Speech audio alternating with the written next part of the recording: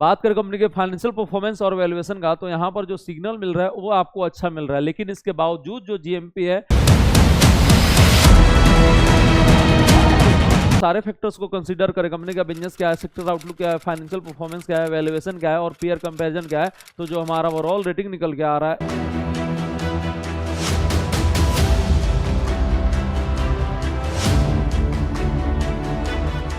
Welcome to our channel CA अवेबन, जहां stock market सीखना काफी आसान और मजेदार है। आज हम लोग डिस्कस करने जा रहे हैं एक सेमी आईपीओ सिल्की ओवरसीज का।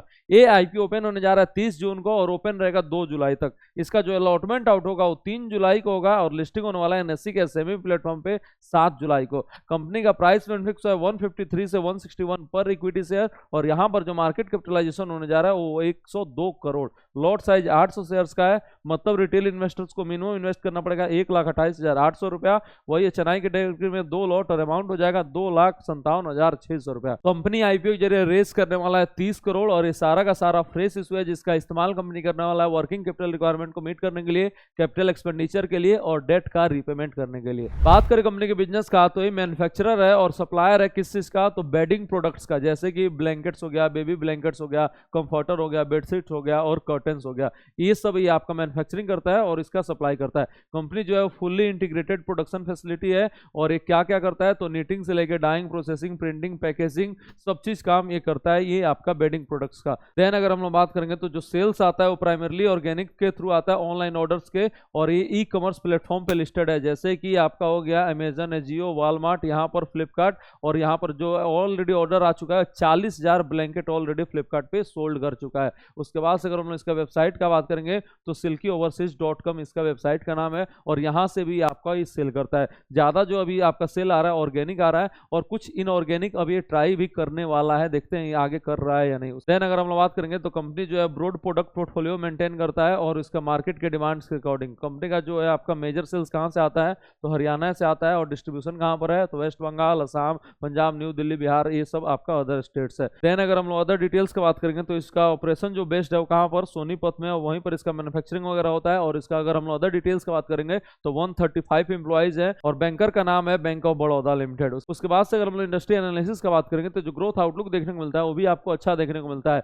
लेकिन ये जो मार्केट है वो आपका अनऑर्गेनाइज्ड मार्केट है, यहाँ पर ऑर्गेनाइज्ड मार्केट जो है वो काफी कम है। बात करें कंपनी के फाइनेंशियल परफॉर्मेंस और वैल्यूएशन का, तो यहाँ पर जो सिग्नल मिल रहा है वो आपको अच्छा मिल रहा है, लेकिन इसके बावजूद जो जीएमपी है वो 0% देखने को मिल रहा है। अगर आप यहाँ पर देखेंगे रिवेन्यू, तो रिवेन्यू में आपको कंसिस्टेंट जंप देखने को मिल रहा है। कितना, तो 50 करोड़ का रिवेन्यू, देन आपका 68 करोड़ का, उसके बाद से 70 करोड़ का, और अभी लास्ट 9 मंथ में कितना हो चुका है, तो 105 करोड़ का रिवेन्यू। प्रॉफिट का अगर हम लोग बात करेंगे तो कंपनी पहले लॉस मेकिंग था 2022 में, उसके बाद से 98 लाख का प्रॉफिट, देन आपका 5 करोड़ 53 लाख का प्रॉफिट, और लास्ट 9 मंथ में ऑलरेडी 9 करोड़ का प्रॉफिट जो है कंपनी क्लॉक कर चुका है। लेकिन अगर हम लोग वैल्यूएशन देखेंगे यहाँ पर, तो वैल्यूएशन भी कंफर्टेबल लेकर आ जा रहा है, 18 का पी आस कर रहा है। जनरली इस इंडस्ट्री में उतना ज्यादा रेटिंग मिलता नहीं है, लेकिन 18 का है, वो ज्यादा हायर साइड पे नहीं है, 15 से 20 के रेंज में आपका इंडस्ट्री का पी रेशियो रहता है, उसी के रेंज में है। लेकिन यहाँ पर सबसे जो ज्यादा दिक्कत दे रहा है वो है कैश बैलेंस कंपनी का यहाँ पर बिल्कुल भी नहीं है। इतना कंपनी प्रॉफिट कर रहा है लेकिन कैश जो है उसके अगेंस्ट में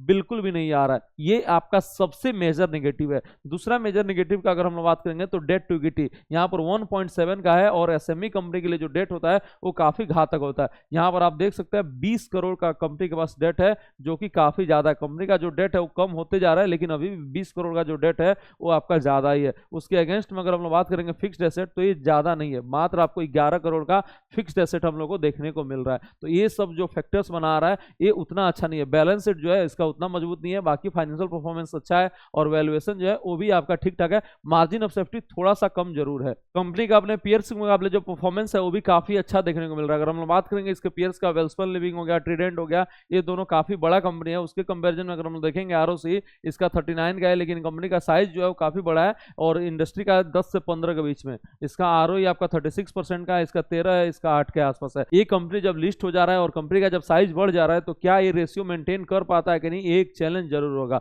उसके बाद से अगर हम लोग पी रेशियो देखेंगे तो इसका 18 का है, इसका 21 का है, इसका 42 का है। प्राइस टू बुक वैल्यू अगर हम लोग देखेंगे तो आपका 4.28, 2.82 और 3.37 है। और डेट जो मैं आपको डिस्कस कर रहा था सबसे ज्यादा नेगेटिव 1.7, इसका 0.57, 0.35। उसके बाद से रिटर्न ऑन नेटवर्थ का बात करेंगे तो इसका 36% जो कि सबसे हाईएस्ट है। तो सबसे जो मेजर कंसर्न है वो डेट आपका बना हुआ है और कंपनी का अभी साइज स्मॉल है, इसलिए आपका आरओई और आरओसी मेंटेन कर पा रहा है। लेकिन एक बार साइज बड़ा हो जाएगा तो उसके बाद से क्या ये मेंटेन कर पाएगा कि नहीं, एक चैलेंज जो है आगे जरूर रहेगा। अब अगर हम लोग सारे फैक्टर्स को कंसीडर करें, कंपनी का बिजनेस क्या है, सेक्टर आउटलुक क्या है, फाइनेंशियल परफॉर्मेंस क्या है, वैल्यूएशन क्या है और पीयर कंपैरिजन क्या है, तो जो हमारा ओवरऑल रेटिंग निकल के आ रहा है वो 2 स्टार निकल के आ रहा है। और कंक्लूजन यही कि इस आईपीओ को करें अवॉइड। और भी आईपीओ है जिसमें आप अप्लाई कर सकते हैं, इसमें भी हम लोग अप्लाई कर लेते हैं रिस्की ट्रेडर के लिए, लेकिन जो डेट का फिगर है वो थोड़ा सा डिस्टर्बिंग है और कैश का जो बैलेंस है वो थोड़ा सा डिस्टर्बिंग है, इसीलिए हम लोग अवॉइड का ही रेटिंग रख रहे हैं। लेकिन फाइनेंशियल परफॉर्मेंस जो था वो आपका काफी अच्छा था और वैल्यूएशन भी जो था वो आपका ठीक ठाक ही था, लेकिन फिर भी हम लोग सेफर साइड पे चल रहे हैं और अपने रेटिंग को अवॉइड ही रख रहे हैं। और आईपीओ है जिसमें आप अप्लाई कर सकते हैं, जिसका डिटेल में रिव्यू फाइनेंस अधिक वेबसाइट पे आ चुका है